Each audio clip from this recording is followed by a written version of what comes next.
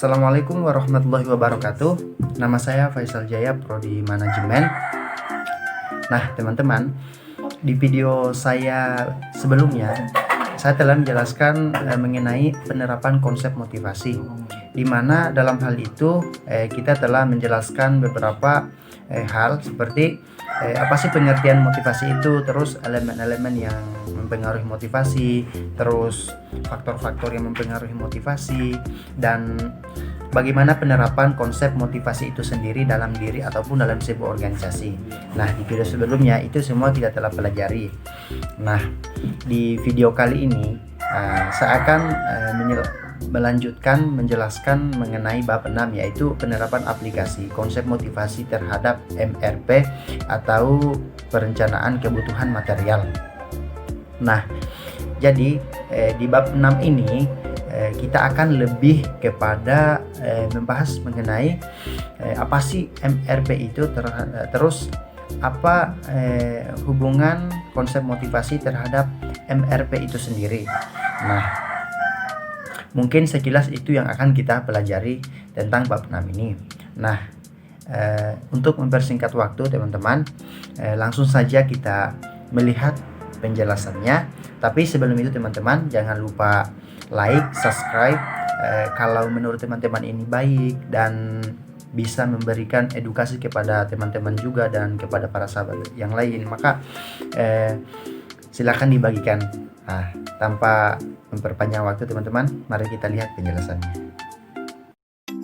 Nah teman-teman, di video kali ini kita akan membahas mengenai penerapan aplikasi konsep motivasi dalam MRP. Nah, sebelum itu kita akan membahas apa sih definisi atau pengertian dari MRP itu. Jadi, definisi MRP atau Material Requirement Planning adalah suatu teknik yang digunakan untuk perencanaan dan pengendalian item barang atau komponen yang tergantung dependen pada tingkat yang lebih tinggi dan sistematis, serta penentuan kuantitas serta waktu dalam proses pengendalian bahan. Serta MRP juga mudah dipahami untuk memecahkan masalah terkait jumlah penentuan komponen dan material untuk menghasilkan produk baru.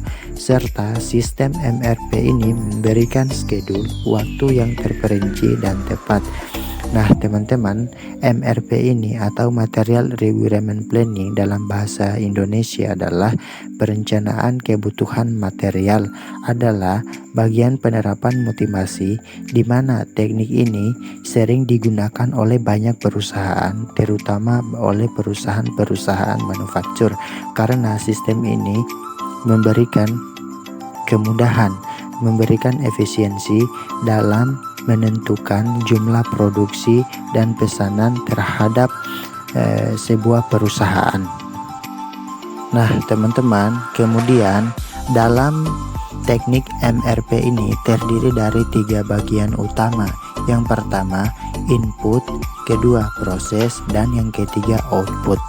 Pertama, input terdiri dari jadwal induk produksi yang berisi waktu dan jumlah pemesanan dari pelanggan, struktur produk yang berisi komponen dan jumlah yang dibutuhkan untuk merakit barang jadi, dan file catatan persediaan yang berisi persediaan yang ada di perusahaan. Nah teman-teman, di mana input ini merupakan bagian internal atau yang sering kita kenal masukan sendiri dari sebuah perusahaan itu, di mana masalah-masalah internal itu dibahas mulai dari waktu dan jumlah pemesanan, mulai dari struktur produk, itu semua dibahas dalam internal perusahaan itu sendiri. Dan yang kedua adalah proses, yaitu berisi informasi untuk menentukan kebutuhan bersih pada setiap periode waktu yang telah ditentukan, di mana proses ini menjelaskan berbagai langkah-langkah yang dilakukan oleh perusahaan ataupun waktu dalam proses produksi perusahaan terhadap barang dan jasa. Dan yang terakhir atau yang ketiga adalah output, berisi jadwal pemesanan, realisasi pemesanan, perubahan, laporan pengendalian, laporan perencanaan, dan laporan transaksi persediaan, di mana output ini merupakan pembahasan perusahaan dari luar yang telah ditentukan, seperti masalah realisasi pemesanan, perubahan, laporan pengendalian, laporan perencanaan, dan laporan transaksi persediaan. Itu semua dibahas dalam output. Nah, dengan demikian terdapat beberapa hal yang dapat dilakukan MRP atau Material Requirement Planning. Yang pertama, menentukan kebutuhan pada saat yang tepat, menentukan pekerjaan kapan harus selesai.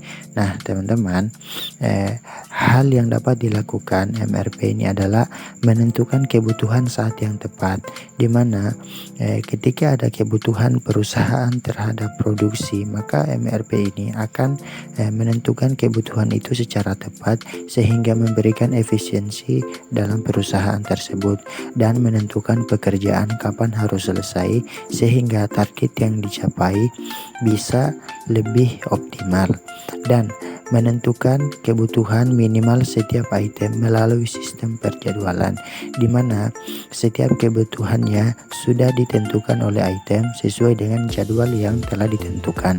Dan yang ketiga, menentukan pelaksanaan rencana pemesanan, di mana hal ini dilakukan MRP dengan sudah ditentukan waktu pelaksanaan rencana pemesanan yang sudah ditentukan.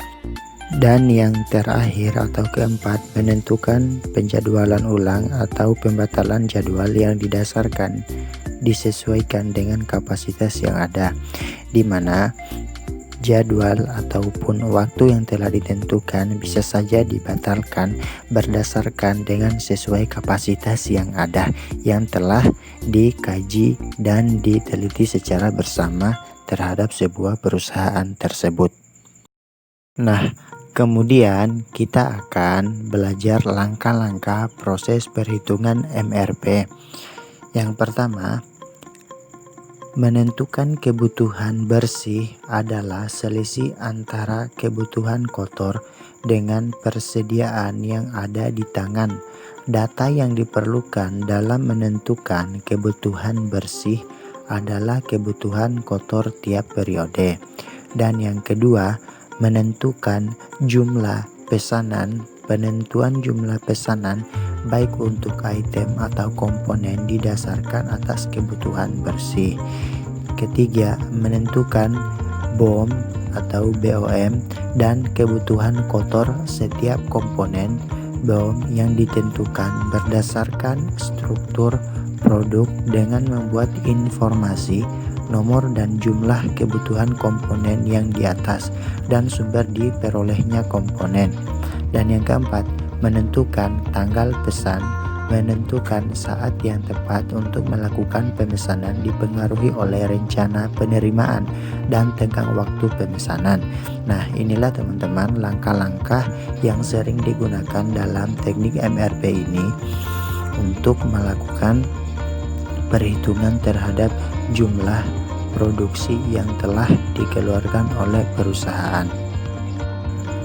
Kemudian tujuan MRP. Yang pertama, meminimalkan persediaan, di mana yang pertama ini meminimalkan persediaan adalah menentukan berapa banyak atau kapan suatu komponen dapat digunakan sesuai dengan JIP, yaitu jadwal induk produksi, sehingga bisa memberikan keminimalan terhadap biaya produksi dan tidak membuang-buang banyak biaya yang tersia-siakan oleh biaya produksi itu sendiri.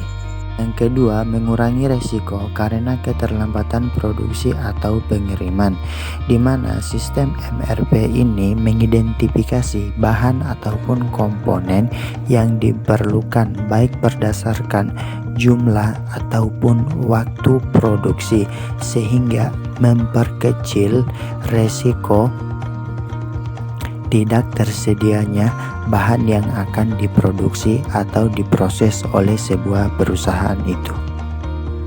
Yang ketiga, komitmen yang realistis, di mana di sebuah perusahaan pihak produksi bisa memberikan informasi yang lebih jelas, tepat, dan akurat terhadap proses pengiriman produksi. Dengan realistis yang seperti ini akan mendorong kepuasan dan kepercayaan konsumen terhadap perusahaan tersebut. Dan yang keempat atau terakhir, meningkatkan efisiensi, di mana MRP ini sangat mendorong terjadinya peningkatan efisiensi karena jumlah persediaan, waktu produksi, dan waktu pengiriman barang sangat-sangat direncanakan dengan baik sesuai dengan jadwal induk produksi atau JIP. Dan yang terakhir teman-teman adalah kesimpulan dari penjelasan materi kita. Adapun kesimpulan dari MRP atau Material Requirement Planning atau perencanaan kebutuhan material adalah sebuah metode yang efektif untuk menggenjot produktivitas perusahaan manufaktur, diintegrasikan ke berbagai aspek perusahaan untuk memudahkan perusahaan dalam menyusun rencana produksi.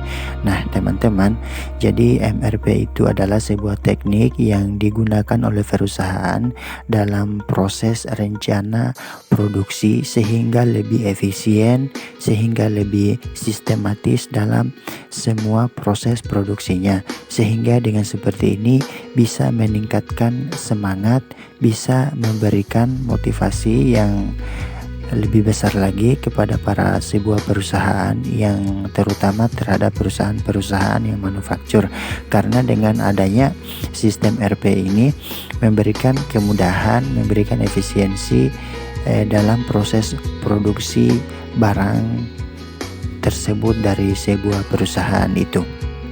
Nah teman-teman, itulah sekilas penjelasan dari penerapan aplikasi konsep motivasi dalam MRP ini. Semoga bisa bermanfaat untuk kita semua.